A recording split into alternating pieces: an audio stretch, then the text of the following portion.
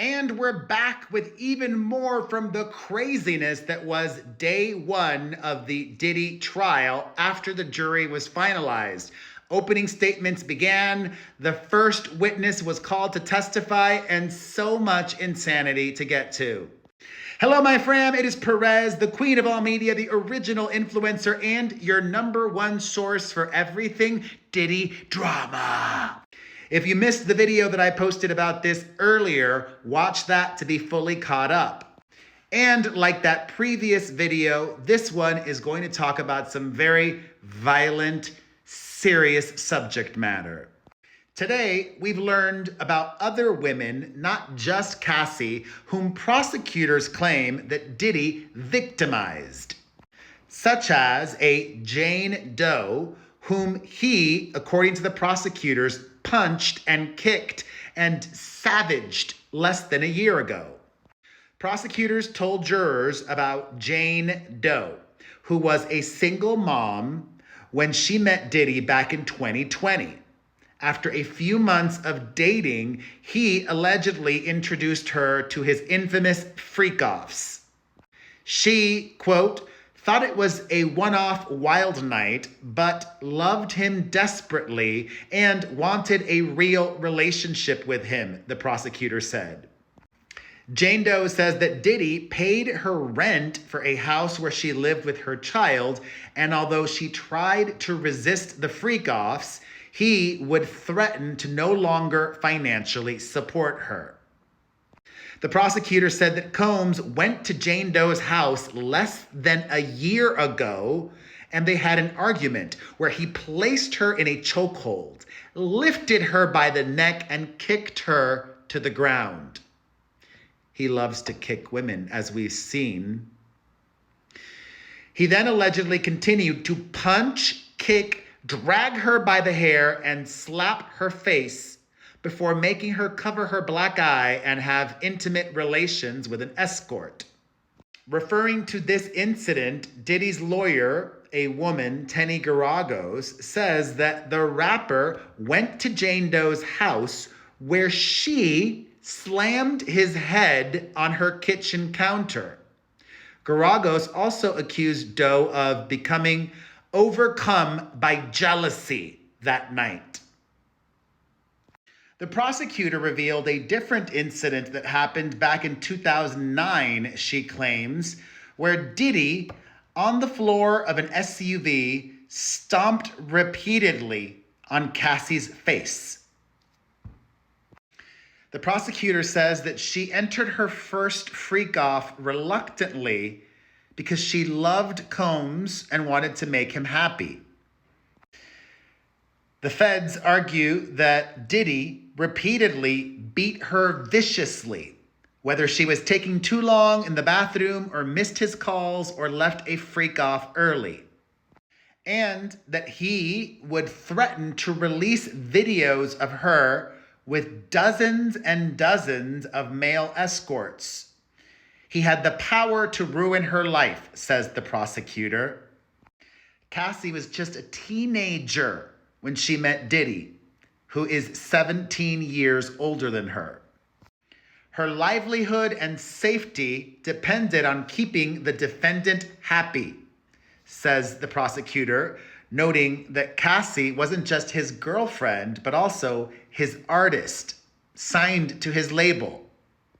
The prosecution said that Combs and Cassie were unfaithful and jealous, but only one had power. The prosecution really did an effective job of painting what I think is accurate picture of Diddy. They described one violent episode where Combs entered the house of a man who was seeing Ventura with a pew-pew and a bodyguard with the intent to schmurder. No one was home, but he later found Cassie and beat her brutally, prosecutors say. Prosecutors say that Diddy fed Cassie and the other accusers drugs, such as MDMA, so they could stay awake and perform for him for hours and days on end. Yes, the prosecutor says that the freak-offs often lasted multiple days and with multiple escorts, and sometimes forced them to travel out of state. The prosecutor says that Diddy directed everything and frequently had staff on hand to replenish lubricant, linens, and drugs for the women and himself, as well as cash for the escorts. And speaking of cash, prosecutors argue that Diddy paid a hotel security guard $100,000 in cash in exchange for that hotel security camera footage.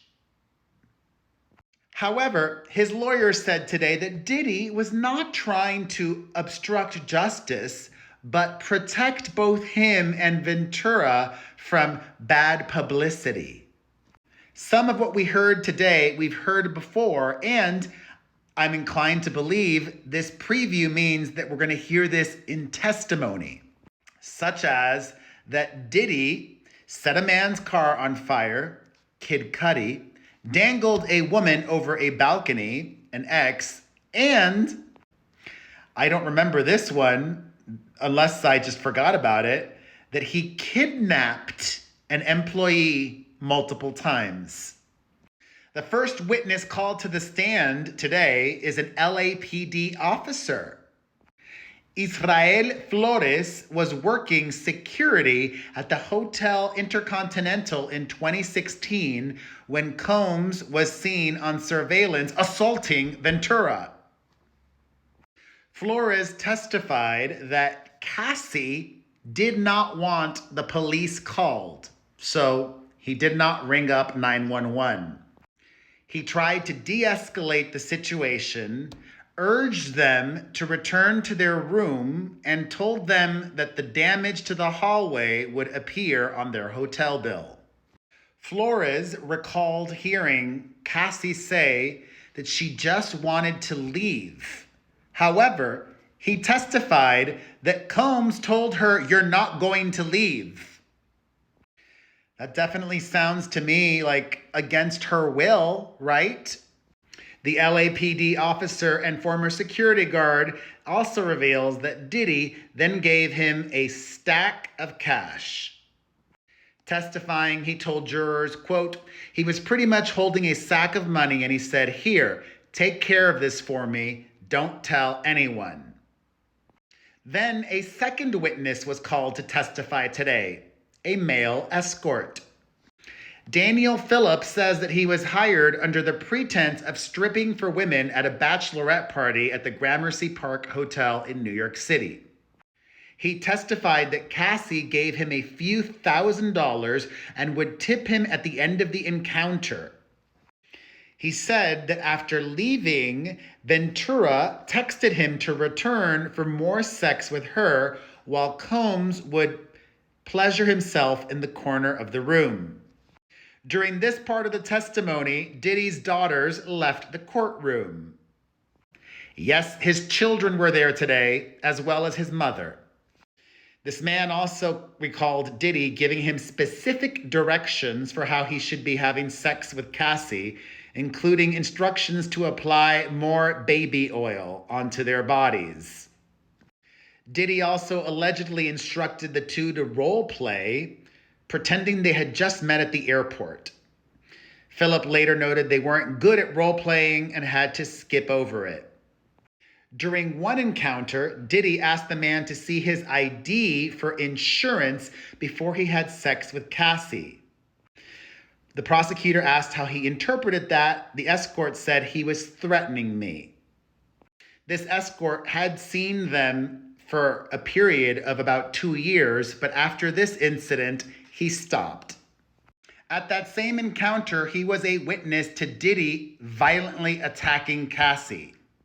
He said Cassie was sitting at her computer when Diddy called her from the bedroom. When she replied to "hold on a second," he says that Diddy came out of the room, walked over to Cassie, grabbed her by her hair, and started dragging her by her hair into the bedroom. The escort was afraid to tell police. Quote, "My thought was this was someone with unlimited power. And chances are, even if I did go to the police, that I might still end up losing my life. And that was day one. Thoughts